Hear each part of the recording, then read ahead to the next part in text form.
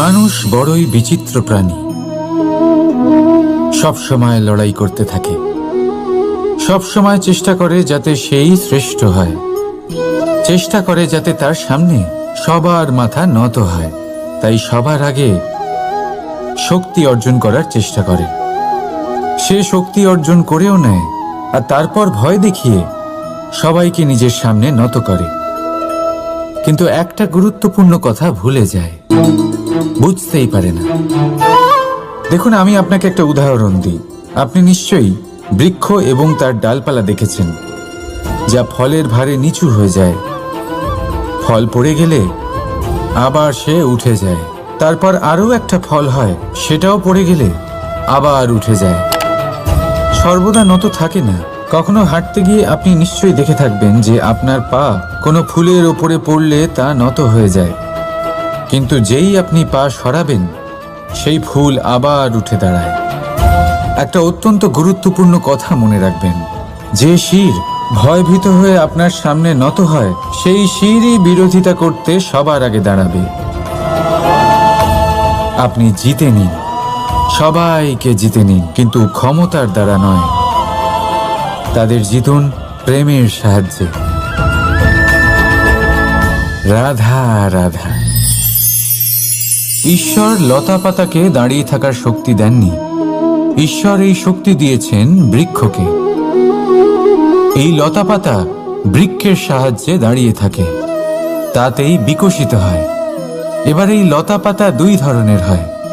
প্রথম সে যে এই বৃক্ষতে বিকশিত হয়, ফুল ফুটিয়ে তোলে, নিজেকেও সুন্দর বানায়, বৃক্ষকেও সুন্দর বানিয়ে তোলে। দ্বিতীয় সে যে বৃক্ষকে পুরোপুরি শুকিয়ে দেয়, তার প্রাণ শক্তি তার থেকে কেড়ে নেয়, আর শেষে নিজেও ধ্বংস হয়ে যায়। তাই মনে রাখবেন, যে ব্যক্তি সবসময় আপনার সাথে থাকে, সবসময় আপনার সম্বল হয়ে থাকে, সবসময় সে আপনাকে সাহায্য করে, আর যদি আপনি তার সাথে ছলনা করেন, আপনার অন্ত নিশ্চিত। এরকম কখনো করবেন না। সেই ব্যক্তিকে ভালোবাসা দিন, সম্মান দিন, আর আমার সাথে প্রসন্ন হয়ে বলুন, রাধা রাধা। কখনো আপনি কোনো কুমোরকে দেখেছেন যারা মাটির পাত্র বানায়? প্রথমে সে ভিজে মাটি মাখে, তারপর তাকে গড়ে, তারপর তাকে চাকায় দিয়ে সঠিক আকার দেয়। যদি আকার ঠিক না হয় তা তক্ষুনি ঠিক করে দেয়, কারণ সে এটা জানে যে একবার এটা আগুনের তাপে দিয়ে দিলে, একবার এটা শুকিয়ে গেলে তারপরে এর আকার কখনোই বদলানো যায় না। এখানে লুকিয়ে আছে একটা শিক্ষা, সমস্ত মাতা পিতার জন্য একটা শিক্ষা। মাতা পিতাও তো এরকমই হন, তাদের নিজেদের সন্তানকে সঠিক সময় মতো শ্রেষ্ঠ শিক্ষা দেওয়া উচিত। মাতা পিতা যেন কখনো তাদের বিধাতা না হতে চান, কিন্তু প্রতিটা মুহূর্তে সবসময় চেষ্টা করুন তাদের সঠিক পথ দেখানো, কখনো কোমলতা দিয়ে, কখনো ভালোবাসা দিয়ে, আর কখনো কঠোর হয়ে। তার জীবনকে, তার ব্যক্তিত্বকে আকার দেওয়ার চেষ্টা করুন, কারণ যেমন মাটি একবার শুকিয়ে গেলে তারপর সেই পাত্রের আকার বদলানো যায় না, ঠিক সেইভাবেই আয়ুর বৃদ্ধির সাথে সন্তানের শিক্ষা কখনোই বদলানো যায় না। তা মনে রাখবেন। রাধা রাধা। আপনি কি কখনো কোনো প্রজাপতি দেখেছেন? ভালো নিশ্চয়ই লাগে। আসলে প্রজাপতি কার না ভালো লাগে? ছোট হোক বা বড়, প্রজাপতিকে সবার ভালো লাগে। এবারে ভাবুন, এই প্রজাপতির সূত্রপাত কি করে হয়? এই প্রজাপতি শুরু হয় একটা গুটি থেকে, যেখানে সে সুরক্ষিত থাকে। গুটি ভেঙে যখন সে এই সংসারে আসে, তখন একটা কীট রূপে থাকে। কীট যে ভূমির ওপরে চলাচল করে, যে বৃক্ষের পাতার ওপরে সুরক্ষিত থাকে। তারপরে তার মধ্যে আসে আরো একটা পরিবর্তন, তার ডানা গজায়। তখনই সে প্রজাপতি হয়। তখন সে খোলা আকাশে উড়ে বেড়াতে পারে। সুন্দর সুন্দর পুষ্প থেকে সে মধু পান করে। কখনো ভেবেছেন যে প্রজাপতি ছাড়া আর কেউ এটা পারে না কেন? কারণ সে সেই গুটি থেকে বেরোতে পারে। যদি সে সেই গুটি থেকে নাই বেরোতো, সে উড়তেই পারত না, কখনো প্রজাপতি হতেই পারত না। আমাদের সাথেও ঠিক এটাই হয়। আমরা সবসময় সেখানেই থাকতে চাই যেখানে আমরা সুরক্ষিত থাকি। সেই সুরক্ষা চক্রেই আমরা থাকতে চাই, কিন্তু এই বিকাশ সুরক্ষা সীমা পার হওয়ার পরেই অর্জন করা যায়। তাই যদি আপনি জীবনে বড় কিছু করতে চান, মহান কাজ করতে চান, নিজের ব্যক্তিত্ব তৈরি করতে চান, তাহলে এই সুরক্ষা চক্র ভুলে যান। সুরক্ষা সীমা লঙ্ঘন করুন, এগিয়ে যান, প্রতিকূলতার সম্মুখীন হন, কঠিন পরিস্থিতির সম্মুখীন হন, সাহস করে এগিয়ে চলুন, আরো শক্তিশালী হয়ে উঠুন। তবেই আপনি জীবনে কিছু করতে পারবেন, তবেই আপনার ডানা গজাবে, আর তবেই আপনি এই সুন্দর আকাশে উড়ে বেড়াতে পারবেন। রাধা রাধা। আমাদের কোনো স্থানে পৌঁছতে গেলে একটা মাধ্যমের প্রয়োজন হয়। কিছু মানুষ এই মাধ্যমকে রাস্তা বলে, কেউ পথ বলে, আবার কেউ বলে সরণি। মানুষ নিজের লক্ষ্যে পৌঁছানোর জন্য এই পথেরই খোঁজে থাকে, কিন্তু মানুষ একটা কথা বুঝতে পারে না, যে এই পথে এগোতে গেলে এই পথকে পিছনে ঠেলাও অত্যন্ত প্রয়োজন। যদি এটা করার ক্ষমতা আপনার না থাকে, তাহলে আপনার পথ আপনাকে লক্ষ্যে পৌঁছতে দেবে না। দ্বিতীয় কথা, যদি নিরন্তর চেষ্টা আপনি করতে পারেন, যদি সেই ক্ষমতা আপনার মধ্যে থাকে, তাহলে আপনি যখন চাইবেন, যেখানে চাইবেন, নিজের পথ নিজেই বানাতে পারবেন। রাধা রাধা। আমাদের সব থেকে ভালো লাগে বিজয়, সব থেকে অপ্রিয় হলো পরাজয়। কিন্তু আপনাকে একটা কথা বলে দিই, হার নামক কোনো পরিণাম হয়ই না। যাই পরীক্ষা থাকুক না কেন, হয় সেটা জয়তে পরিবর্তিত হয়, নয় সেটা আমাদের কোনো শিক্ষা দিয়ে যায়। তাই কোনো কিছু নতুন শুরু করার আগে কখনো সংকোচ করবেন না। হয় জয় আপনাকে বিজয়ীর মালা পরাবে, নয়তো এই হার আপনাকে অমূল্য কিছু শিখিয়ে যাবে। রাধা রাধা। এই ছোট কাঠের ডাল দেখতে পাচ্ছেন আপনি?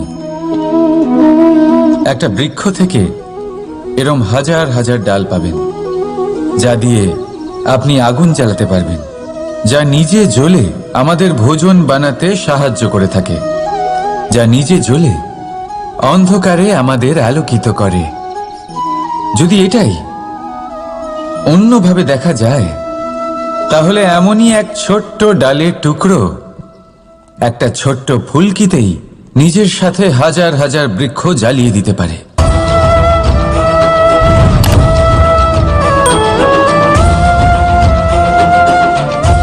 পার্থক্য কোথায়? পার্থক্য হলো শুধু দৃষ্টিভঙ্গিতে, মানসিকতায়। যদি এই মন শীতল রাখেন, শান্ত রাখেন, তাহলে অসংখ্য মানুষের জীবন আলোকিত করবেন। যদি ক্রোধ আর অহংকারের আগুনে জ্বলতে থাকেন, তাহলে শুধুমাত্র বিনাশ করবেন। সিদ্ধান্ত আপনার। রাধা রাধা। আজ বিজয়া দশমী, সেই দিন যবে শ্রীরাম রাবণকে বধ করেছিলেন। এ হলো সেই দিন যেদিন শ্রীরাম লঙ্কা জয় করেছিলেন। লোকে বলে এটা খারাপের বিরুদ্ধে ভালোর জয়ের প্রতীক। এটাকে দেখার আরো একটা দিক আছে। আগে হ্যাঁ, এটা ভালোবাসার জয়ের প্রতীক, এটা পরিবারের জয়ের প্রতীক। আপনি তো নিশ্চয়ই জানেন যে রাবণ মহা জ্ঞানী ছিল, মহা শক্তিশালী ছিল, মহাদেবের পরম ভক্ত ছিল রাবণ। এবার যে ব্যক্তি কৈলাস পর্বত তুলতে পারত, সেই ব্যক্তি নিজে এক কাটা বৃক্ষের মতো শ্রী রামের চরণে পড়েছিল। কেন? কারণ রামের সাথে লক্ষণ ছিল, কিন্তু ওদিকে রাবণের সাথে বিভীষণ ছিল না। একদিকে এক পরিবারের মধ্যে ভালোবাসা ছিল, কিন্তু অপরদিকে আর এক পরিবারের মধ্যে দূরত্ব বাড়ছিল। তাই মনে রাখবেন, যদি সংসারের ওপরে বিজয় লাভ করতে হয় তাহলে সর্বপ্রথম পরিবারের মধ্যে ভালোবাসা বজায় রাখতে হবে। পরিবারের মধ্যে ভালোবাসা বাড়ান, দূরত্ব নয়। আপনি সব সময় সুখী থাকবেন আর জীবনের সমস্ত বাধা আপনি অতিক্রম করবেন। রাধা রাধা। আপনি কি কখনো শুনেছেন হরিণ সিংহের থেকে পালানোর বদলে তার সাথে লড়াই করেছে? হরিণ সিংহকে আক্রমণ করেছে, কখনো শুনেছেন? কখনো না। কিন্তু এরকম হতেই পারে, এরকম হয়েই থাকে। আর এটা তখনই হয় যখন হরিণের শাবক বিপদে পড়ে। যখন তার সিংহের কবলে পড়ার ভয় থাকে, তখন হরিণীও এসে সিংহের সাথে লড়াই করতে থাকে। কারণ সে একজন মা, আর মা তার সন্তানের জন্য সবকিছু করতে পারে। এ হলো মায়ের স্নেহ, যেটা যত নরম হতে পারে ঠিক ততটাই কঠোরও হতে পারে। আর তার সন্তানের মঙ্গলের জন্য সে ক্রোধের সমস্ত সীমা পার করে তার সন্তানকে রক্ষা করেই ছাড়বে। আর সেই জন্যই তো মাকে সন্তানের জীবনে সব থেকে বড় ঢাল বলা হয়। এই মাকে আমার শত কোটি প্রণাম। রাধা রাধা। কামবোধ, এটাই আপনার অন্তরের প্রথম শত্রু। বেশিরভাগ মানুষই কামবোধ বলতে লালসা বোঝেন, কিন্তু এটা সম্পূর্ণ সত্য নয়। কামের আসল অর্থ হল কামনা। এটা খুবই সহজ ব্যাপার। মনুষ্য শরীর থাকলে, মানুষের মন থাকলে এই কামনা অবশ্যই থাকবে। এবার এটাই দেখতে হবে যে এই কামনা নেতিবাচক কামনা নাকি ইতিবাচক কামনা। অন্য কারোর জিনিসে নজর দেওয়া, অন্য কোনো মানুষের উপর নজর দেওয়া, কোনো অনুচিত বস্তুর দিকে নজর দেওয়া, এই নেতিবাচক কামনা। আর এই দুষ্কামনা মানুষকে দিয়ে অপকর্ম করাবেই করাবে। তাই মনে রাখবেন, যে ব্যক্তি নিজের কামনাকে নিয়ন্ত্রণে রাখতে পারেন তিনি সঠিক পথেও থাকেন, সঠিক লক্ষ্যে পৌঁছতেও পারেন। যিনি কামনা নিয়ন্ত্রণে রাখতে পারেন না তিনি তার পথও হারিয়ে ফেলেন এবং লক্ষ্যচ্যুতও হন। তাই মনে রাখবেন, নিজের কামনাগুলিকে নিয়ন্ত্রণে রাখুন। কাম নামক এই শত্রুর ওপর বিজয় লাভ করুন।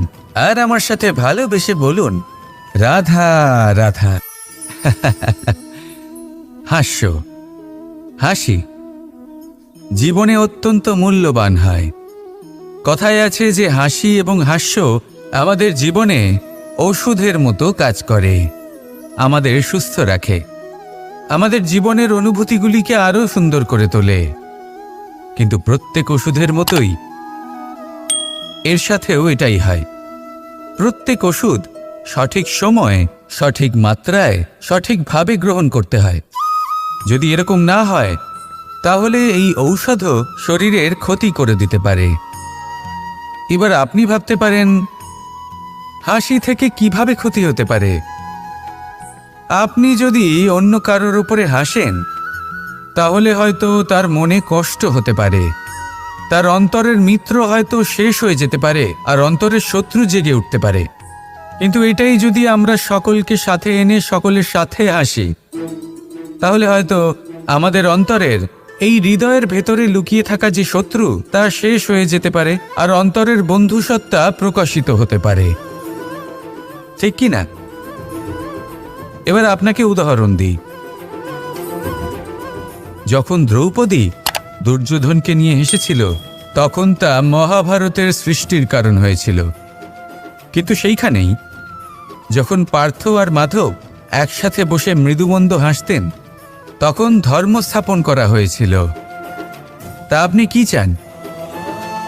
কাউকে নিয়ে হেসে তাকে আঘাত করতে চান, নাকি সকলকে একসাথে এনে তাদের হাসিয়ে তুলে ধনাত্মক প্রভাব ফেলতে চান? সিদ্ধান্ত আপনার। আসুন আর আমার সাথে ভালোবেসে বলুন, রাধা রাধা। মাঝে মাঝে কিছু মুহূর্তের জন্য চোখ বন্ধ করে ধ্যানের বেদিতে বসে ধ্যান করতে চেষ্টা করুন আর বোঝার চেষ্টা করুন যে আমরা সর্বপ্রথম কি দেখতে পাচ্ছি, কি অনুভব করছি। আপনি দেখতে পাবেন সবার আগে আপনার চোখের সামনে আপনার দুষ্কর্মগুলিকে, আপনার লুকিয়ে থাকা ক্রোধ, অন্তরের যন্ত্রণা, ভয়, নিরাশা, এই সব কিছুই সবার আগে দেখতে পাবেন আপনি। আর এই সব কিছুই আমাদের দুঃখের কারণ হয়ে ওঠে। এই সব কিছু সারমর্ম কি? সারমর্ম শুধু একটাই, সেটা হলো এই যে আমাদের এই মন তা কিন্তু দুষ্কর্ম পছন্দই করে না। আমাদের এই মন একটা সুখময় জীবন যাপন করতে চায়, সৎকর্ম করতে চায়। তাই এটাই করুন, শুভ চিন্তা করুন, শুভ কর্ম করুন, ইতিবাচক মনোভাব নিয়ে জীবনে অগ্রসর হন। তারপর চোখ বন্ধ করে অন্তরে দেখতে থাকুন।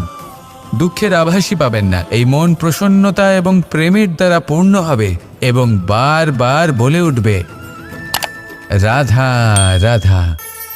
ছোটবেলা থেকেই আমি গরু চড়িয়ে অভ্যস্ত, সেই জন্য সকলে আমাকে গোপাল নামে ডাকত। কিন্তু গোপাল হয়ে আমি একটা অমূল্য শিক্ষা লাভ করেছি। আমি দেখেছি যে গৌশালাতে অনেক বাছুরের মধ্যে একটি গাই তার নিজের বাছুরকে অবশ্যই চিনে ফেলে। যেখানে সমস্ত বাছুর একই রকম দেখতে এবং প্রত্যেকের স্বরও সমান, তারপরেও সকল বাছুরের মধ্যে নিজের বাছুরকে ঠিক চিনতে পেরে যায় এবং তার সাথেই থাকে। ঠিক এইরকমই কিছুটা হয় আমাদের কর্ম এবং তার কর্মফল। আপনি সবার মাঝে থেকেও কোনো কর্ম যদি করেন, সেই কর্মফল সবার মধ্যে আপনাকে চিনে ফেলবে এবং আপনার সাথেই থাকবে। তাই যখনই কর্ম করবেন ভেবে চিন্তে করবেন। কোনো কর্ম করার আগে একবার ভেবে দেখুন, তাহলে জীবনে বারংবার অনুতপ্ত হতে হবে না। কারণ বিষয়টা কিছুটা এরকম যে এই সংসারে আপনি কাল, কর্মফল এবং সময়, এই তিনের হাত থেকে কখনো লুকোতে পারবেন না, কখনো পালাতেও পারবেন না। আসুন আমার সাথে ভালোবেসে বলুন, রাধা রাধা। আভূষণ। কার না ভালো লাগে এই আভূষণ? আমরা পরিশ্রম করি, ধন অর্জন করি আর আভূষণ কিনে থাকি, কখনো নিজের জন্য, কখনো বা তাদের জন্য যাকে আমরা ভালোবাসি, বা তাদের জন্য যাকে আমরা সম্মান করি। হয়তো সেই জন্যই সীতা চূড়ামণি ধারণ করেছিলেন এবং আমি সামন্তকমণি। কিন্তু এটাই কি সেই প্রকৃত আভূষণ যা আপনার মূল্য বৃদ্ধি করে? না। শ্রীরামের আভূষণ হলো ওনার নম্র ভদ্র ব্যবহার। মাতা সীতার আভূষণ হলো ওনার সততা, ওনার নিষ্ঠা, ওনার ত্যাগ। অর্জুনের আভূষণ ছিল ওনার একাগ্রতা। রাধার আভূষণ ওনার প্রেম। এই আভূষণ কোথাও নেই, আপনার মনে আছে। যদি আপনার মনে মিষ্টতা থাকে, তা শান্ত হয়, তাতে সততা থাকে, নিষ্ঠা থাকে এবং প্রেম থাকে, তাহলে আপনার অন্য আর কোনো আভূষণের কোনো প্রয়োজন নেই। আপনি যতই ভিড়ের মাঝে থাকুন, আপনার ঔজ্জ্বল্য চোখে পড়বে। আসুন আর আমার সাথে ভালোবেসে বলুন, রাধা রাধা। সুখ এবং দুঃখ, এই দুই হলো আমাদের জীবনের অবশ্যম্ভাবী এবং গুরুত্বপূর্ণ অঙ্গ। আমাদের সকলের জীবনে কখনো সুখও আসে, আবার কখনো দুঃখও আসে। আমরা সবসময় ভাবি আমরা কিভাবে সুখ লাভ করব, কিভাবে আমরা দুঃখ থেকে দূরে থাকতে পারি। আর এই জীবনে যা কিছুই ঘটুক না কেন, সেই সব কিছু আমরা সুখ এবং দুঃখের মাপদণ্ডে মেপে থাকি। এবার এখানে একটা ছোট্ট বিষয় আছে। এটা ভেবে দেখতে হবে যে কে আসলে সুখী ব্যক্তি। সুখী ব্যক্তি হলেন তিনি যিনি নিজের জীবনে নিজের কর্মের বিশ্লেষণ করে থাকেন, সেই বুঝে পদক্ষেপ নেন। উনি কি করতে চলেছেন সেটা উনি জানেন। আর যদি ওনার কোনো দোষ থাকে বা ভুল থাকে, তাহলে সেগুলো শুধরে নিয়ে এগিয়ে চলেন। সেই জন্য উনি সুখী হন। অন্যদিকে যে ব্যক্তি দুঃখী, তিনি কি করেন? তিনি নিজের উপর নয়, অন্যের উপর নিজের নজর রাখেন যে তিনি কি করছেন, কিভাবে কর্ম করছেন, ওনারা অন্যের নিন্দা করেন, অন্যের সাফল্য দেখে ঈর্ষা করেন, ক্রুদ্ধ হয়ে যান, ওনাদের বাধা দিতে চেষ্টা করেন। সেই জন্যই তো ওনারা দুঃখী হন। এই সংসারে এমন অনেক ব্যক্তি আছেন যারা এই কারণে দুঃখী নন যে তাদের জীবনে দুঃখ আছে। তারা এই কারণে দুঃখ পান কারণ অন্যের জীবন অনেক বেশি সুখের। দেখুন, শেষ পর্যন্ত আপনাকে নিজের কর্মের প্রতি মনোসংযোগ করতেই হবে, অন্যের প্রতি নয়। কারণ আপনার জীবনে আপনার কর্ম হলো এমন একটা জিনিস যা আপনার নিয়ন্ত্রণে আছে। নিরন্তর চেষ্টা করতে থাকুন, নিজের কর্মকে বুঝতে শিখুন, শুধরে নিন, নিজেকে শ্রেষ্ঠ করে তুলুন। তখন সাফল্য নিজে থেকে আপনার কাছে আসবে, আর এই মন প্রসন্ন হয়ে বলবে, রাধা রাধা। প্রেমের পরিভাষা আসলে কি? ভিন্ন ভিন্ন ধরনের ব্যক্তি, ভিন্ন ভিন্ন ধরনের প্রেমী, আলোচক বিভিন্ন ধরনের পরিভাষা প্রদান করেন এই প্রেম নিয়ে। কিন্তু প্রত্যেকের মনে কখনো কখনো এই প্রশ্ন এসেছে, এই ভালোবাসা আসলে কি? নিজের প্রিয়তমকে জয় করাই কি প্রেম? চার হাত এক হয়ে যাবার নামই কি প্রেম? নিজের আবেগ ব্যক্ত করাই কি ভালোবাসা? না, প্রেমের অর্থ কাউকে লাভ করা নয়, বরং তার মাঝে বিলীন হয়ে যাওয়া। যদি কারোর হাত ধরে থাকি তাহলে আজীবন তার সাথে পথ চলা হলো প্রেম। প্রেম শুধুমাত্র সেটা নয় যা প্রেমী আর প্রেমিকার কেশদামে মালা বেঁধে দেয়। মাতা পিতার জন্য দিনরাত পরিশ্রম করা, নিজের পরিবারের জন্য দিনরাত পরিশ্রম করা, সেটাও প্রেম। নিজের বন্ধুদের জন্য, আপনজনের জন্য সবকিছু উজাড় করে দেওয়ার নাম হলো ভালোবাসা। নিজের মাতৃভূমির জন্য সাহসের সাথে লড়াই করা এবং আনন্দে নিজের জীবন ত্যাগ করে দেওয়াও কিন্তু প্রেমের নামান্তর। সেই জন্য যারা বুদ্ধিমান ব্যক্তি তারা কখনো প্রেমের পরিভাষা খুঁজতে চান না, কারণ তারা জানেন যে এই প্রেম কতটা বিশাল। তারা জানেন যে এই প্রেম হলো এক বিশাল সাগর যাকে নিজের মুঠোয় ধরে রাখা যায় না। সেই জন্য এই প্রেমের সাগরে ডুবে যান এবং সকলকে ভালোবাসতে শিখুন। যদি সবাইকে ভালোবাসতে পারেন তাহলে তাদেরও কল্যাণ হবে যারা আপনাকে ভালোবাসে, তাদেরও কল্যাণ হবে যাদেরকে আপনি ভালোবাসেন, আর আপনারও কল্যাণ হবে। আর তখন এই মন ভালোবেসে বলবে, রাধা রাধা। এই সংসারের অন্তের, এর বিনাশের প্রারম্ভ কিভাবে হয়? কোনো যোগের মাধ্যমে? কোনো ভয়ানক অসুরের আগমনে? নাকি প্রকৃতির রাগের কারণে? না, এই সংসারের বিনাশের প্রারম্ভ হয় আমি থেকে। এই আমি, এই তুমি, এটা আমি করেছি, ওটা তুমি করেছো, এটা আমার, ওটা তোমার, আদি ইত্যাদি। এই ভাব যখন মনে বাসা বেঁধে নেয়, সর্বপ্রথম ঘর ভাগ হয়, তারপর বসতি, তারপর প্রাণ, আর তারপর দেশ, আর সবার শেষে সমস্ত সংসার ভাগ হয়ে যায়। আর এই ভাগ হয়ে যাওয়া শেষে মনোমালিন্যে পরিণত হয়। এখন এমত অবস্থায় কি করা যেতে পারে? কিভাবে বাঁচা যায় এই পরিস্থিতির থেকে? কিভাবে দূরে থাকা যায় এই বিনাশের থেকে?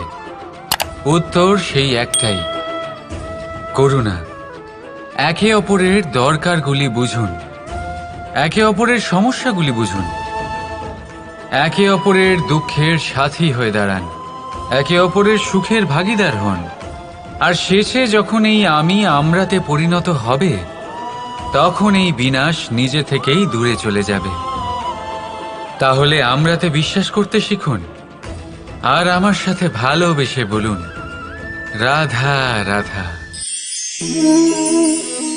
আপনি এমন অনেক মানুষকে দেখে থাকবেন যারা এই সংসার ত্যাগ করেছেন, নিজেদের ঘর বাড়ি সমস্ত সম্পর্ক ছেড়েছেন, বেরিয়ে পড়েছেন শুধুমাত্র ঈশ্বরের খোঁজে। মন দিয়ে সেবা করেছেন, কিন্তু তাও ওনারা কখনো ঈশ্বরের দর্শন পাননি। উল্টে মনে অসন্তুষ্টি আরো বেড়ে গেছে। কেন হয় এমনটা? একটা গুরুত্বপূর্ণ কথা মনে রাখবেন, সেই ঈশ্বরই আনন্দ।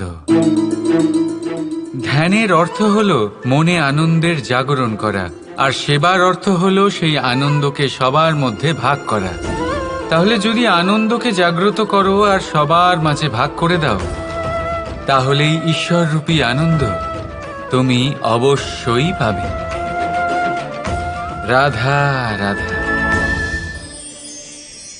যদি আমাদের জীবনে কোনো শিল্পই না থাকে, তাহলে আমাদের জীবনটাই নীরস হয়ে যাবে।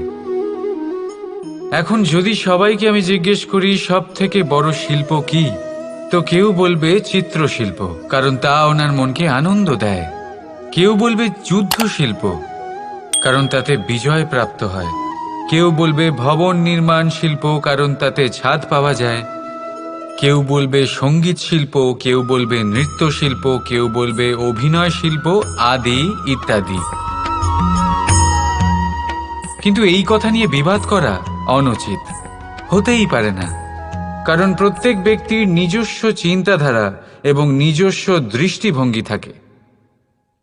শুধু একটা কথা আছে, একটা বিশেষ বিষয় যা সব শিল্পতেই পাওয়া যায়, মনকে প্রভাবিত করার গুণ। তো সব থেকে বড় শিল্প সেটা যা মনকে প্রভাবিত করে, আর সব থেকে বড় শিল্পী সে যে অন্যের মনে প্রবেশ করে। যার কাছে এই গুণ আছে সে সব থেকে বড় শিল্পী হবেন।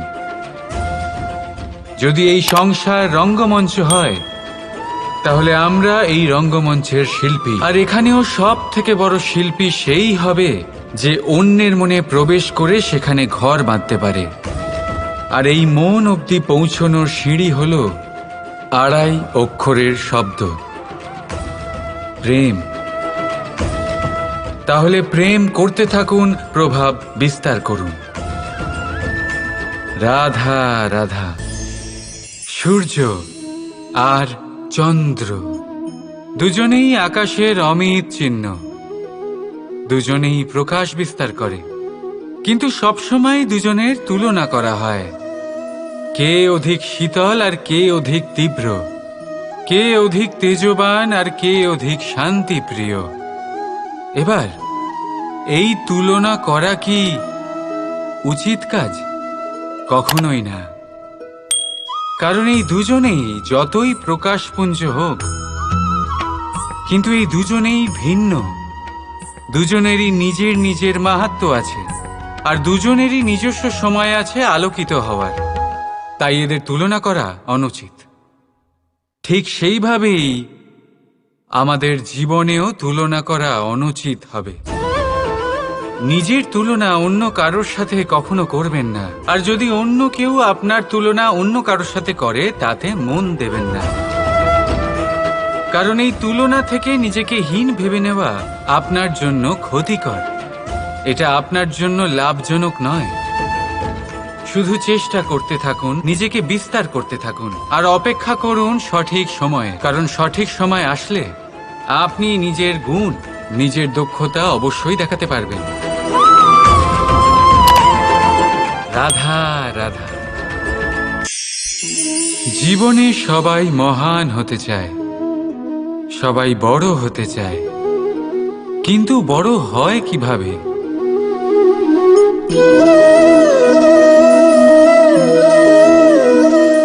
এটা আমার হাতে কি বলুন তো? সর্ষে বীজ? না, এটা হলো বটের বীজ। এই বীজ এত ছোট হয় যে সবার সাথে সহজেই মিশে যায়, বড়ই সহজে ধরণীতে মিশে যায়।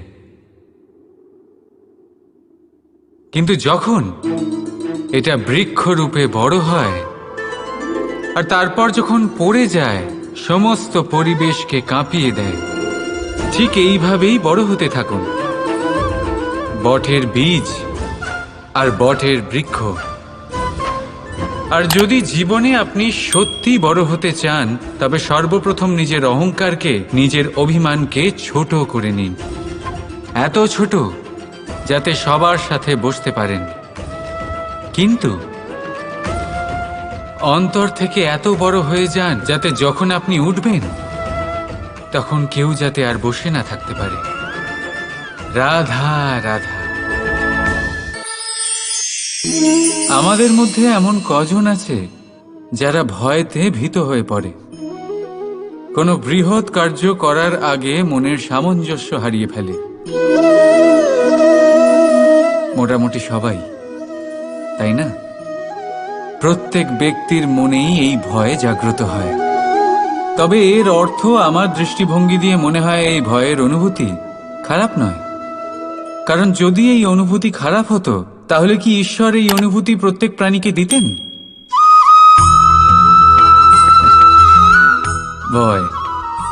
ভয়ের এই অনুভূতি আমাদের জন্য ভালো, অত্যন্ত আবশ্যক। মনে রাখবেন, যে কোনো কার্য করার আগে যদি মনে ভয় উৎপন্ন হয়, তাহলে এর অর্থ এই যে ওই কার্য করার সময় অনেক সংকটের সম্মুখীন আমাদের হতে হবে। আর সেই সংকটের সম্মুখীন হওয়ার জন্য আমাদের অত্যন্ত সাহসী হতে হবে। শুধুমাত্র এই কথা মনে রাখবেন, মনে সাহস জুগিয়ে এগিয়ে চলুন এই ভয়ের যাত্রাতে। কারণ এই ভয়ই আপনাকে আপনার লক্ষ্যে পৌঁছতে প্রেরণা যোগাবে, আপনাকে শক্তি প্রদান করবে।